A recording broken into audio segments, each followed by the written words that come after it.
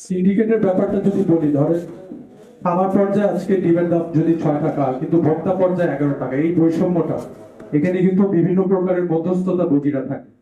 আমি যদি আমরা একটা মডেল নিয়ে কাজ করছি, ফার্মার্স কোঅপারেটিভ মডেল, যেখানে একটা উদাহরণ শিল্প যদি একটু বলি, ধরেন একটা উপজেলা, আপনার বাড়ি, আপনার গ্রামের বাড়ি যেখানে আছে, ওই উপজেলাতে ধরেন 100 জন খামারি আছে।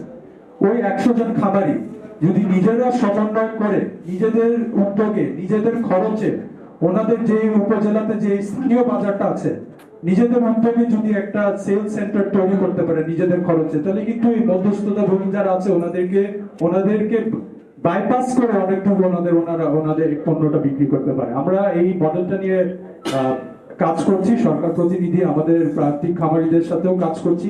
এটা একটা বড় পরিকল্পনা এবং এর মধ্যে অনেক স্টেক হোল্ডাররা আছে যাদেরকে বঞ্চিত করা হবে। তো আমরা এই বিষয় নিয়ে মোটামুটি আমাদের প্রচারের মাধ্যমে আমাদের স্থানীয় যে সকল প্রতিনিধিরা আছে ওনাদেরকে জানিয়ে দিয়েছি এই মডেলটা নিয়ে কাজ করা হবে এবং খুব শীঘ্রই আমরা এটা বাস্তবায়নের পর্যায়ে যেতে চেষ্টা করছি।